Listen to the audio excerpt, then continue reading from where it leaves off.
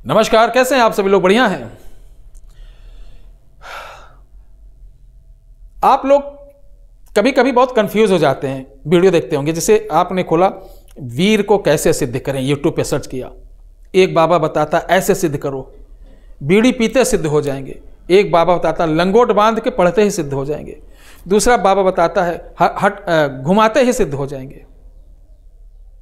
तो आप भी पढ़े लिखे हो, क्या कभी ऐसा हो सकता है? बताइए, कभी ऐसा हो सकता है?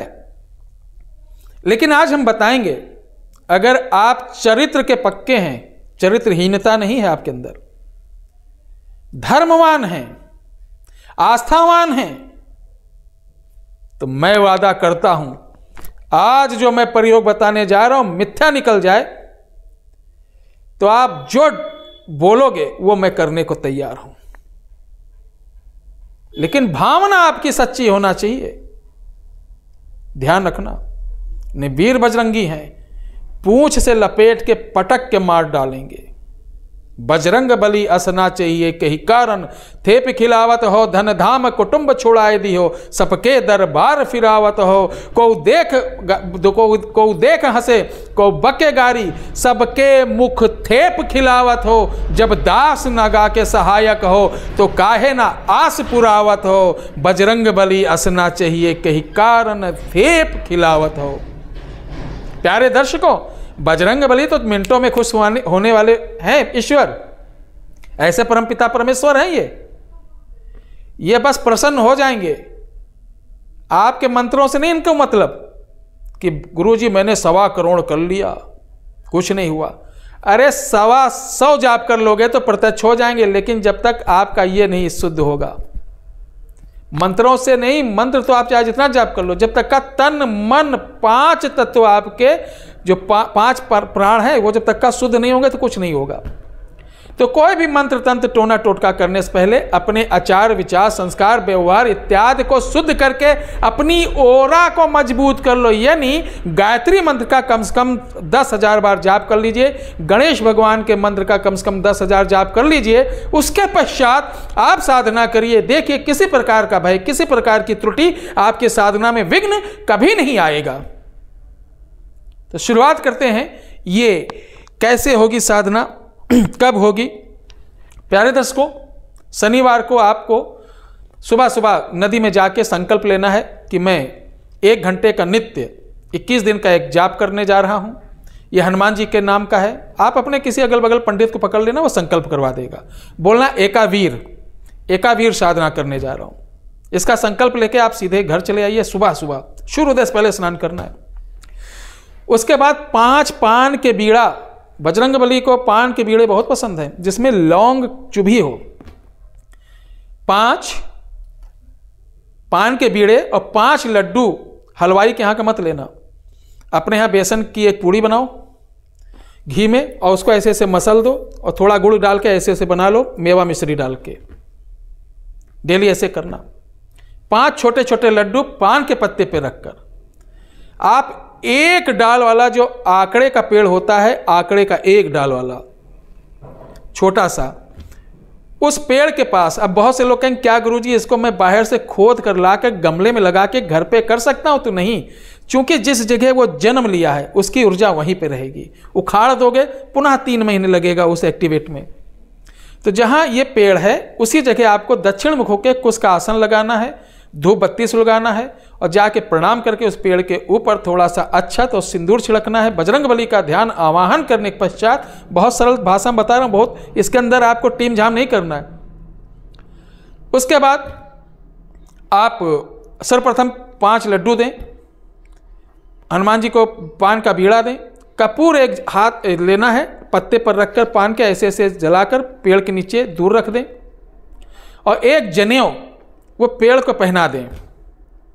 और इस वीडियो के डिस्क्रिप्शन बॉक्स में मैं मंत्र दे रहा हूं, रुद्राक्ष की माला से आप 1 माला जाप करके चले आइए। नित्य ऐसे जाना है, सुबह कर लीजिए या शाम को कर लीजिए। शाम को करते हैं तो सूर्य अस्त के बाद, सुबह करते हैं तो सूर्य उदय के पहले आपको सबसे पहले संकल्प एक ही बार लेना, रोज संकल्प नहीं लेना, एक बार संकल्प लेना है। फिर सूर्य उदय के आसपास जाके कर सकती, 1 घंटा लगेगा, नित्य 1 घंटा लगेगा। जानते हो क्या होगा? बंधन की आवश्यकता नहीं है।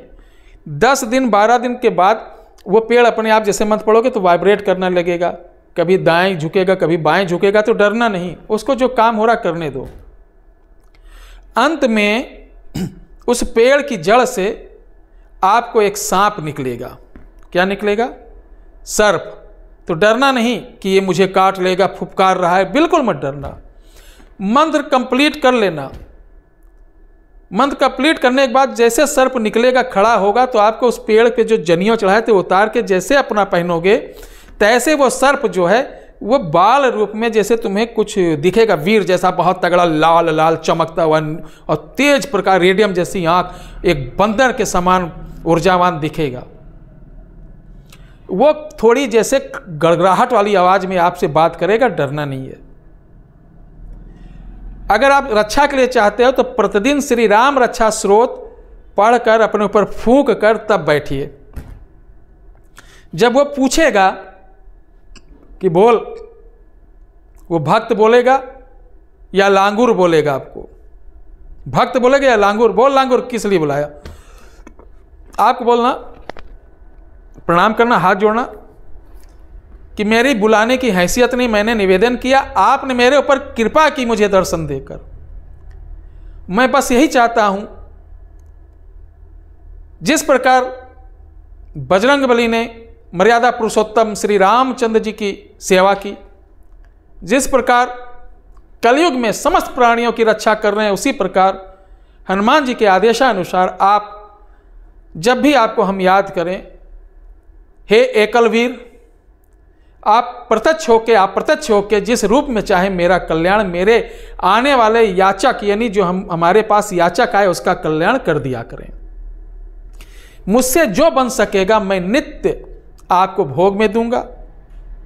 मुझसे जो बन सकेगा सामर्थ्य अनुसार, समय अनुसार, यथाशक्ति अनुसार मैं भोग, पूजा, पाठ, जप तप आपका करता रहूंगा।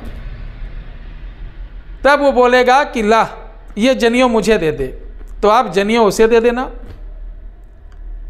अब वो एक ठहाका लगा के बोलेगा तथास्तु, फिर समझ आइए आपका कल्याण हो गया। लंगोट के पक्के रहना, ध्यान रख लेना, लंगोट से कच्चे हो गए तो ये साधना चली जाएगी। घर चले आइए, ब्रह्मचर्य का पालन करते रहिए, नियम से रहिए, जिस प्रकार एक साधु संत का स्वभाव है वैसा स्वभाव रखना।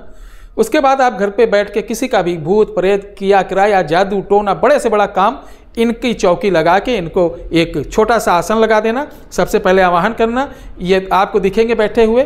उसके बाद दरबार लगाओ, कुछ लगाओ, सबका भला करो, किसी का कुछ बताएंगे नहीं। पर्ची वाला बाबा आजकल बहुत से लोग बनने की कोशिश करते हैं कि पर्ची वाला बाबा, गुरुजी पर्ची वाले बाबा, ये सब बच्चों वाला गेम है, इसके चक्कर में मत पड़िए। पर्ची बनाओगे किसी को ठीक नहीं कर पाओगे, तो पर्ची वाले बाबा के चक्कर में मत पड़ो। शिव भक्ति करो और आस्थावान बनो, शक्तिमान बनो, ईश्वर की सेवा करो, शक्तियों की सेवा करो, वो फिर देखिए आपको चमका देंगी। पर्ची लिखने से कुछ नहीं होगा भाई, आपके यहाँ कोई आए कम से कम ठीक तो हो, बाकी जो कर रहा करने तो ये दुनिया है। इसे करिए, लाभ उठाइए। किसी प्रकार की समस्या हो मुझसे संपर्क करना। मैं 13 तारीख से 18 तारीख तक अयोध्या नहीं रहूँगा, तो जितने लोग, मैं देखिए जितने भी हमारे यहाँ लोग आते हैं सबको मैंने मना कर दिया। जो 1000-2000 लोगों की भीड़ हो जाती है उनको सबको मैंने मना कर दिया कि अभी मत आइएगा, और 25 तारीख तक नहीं आना, नहीं अव्यवस्थित हो जाएंगे। तो इसलिए अभी कोई नहीं आएंगे, और इतने दिन मैं किसी का कार्य भी नहीं कर रहा हूँ, चूँकि मैं रहूँगा बाहर मकर संक्रांति में, इसलिए मैं क्षमा चाहता हूँ। जय हिंद, जय भारत, जय श्री राम, जय वीर बजरंगी।